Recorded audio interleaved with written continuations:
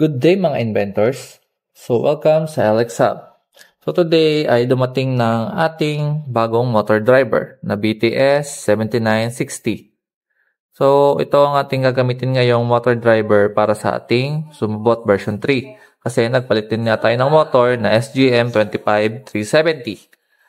So, malaking amperes, no tinest ko kasi ito, malaking amperes ang kailangan niya. So, hindi natin pwede pagkatiwala sa una nating motor driver na DRV8833. So, nag-decide tayo na ito ang gamitin natin kasi nag-handle siya ng 43 amps max. And as you can see, nag-setup na rin tayo ng simple para matest ang PWM function ng ating motor driver. As you can see naman sa ating motor, na nasa forward position na gradually nag-i-increase ang speed niya kasi yun yung nilagay natin sa kanyang code. And after seconds, mag-accumulate na siya sa full speed and mag-i-stop. And then, another rotation. So, pabalik naman siya. So, backward. As you can see, mabagal. And then, gradually, bibilis.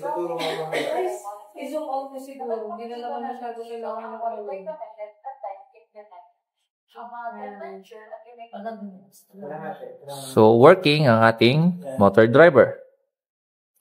So, kung may tanong pa kayo or mga other suggestion, feel free to comment. And stay tuned lang guys para sa more updates ng ating Sumobot version 3.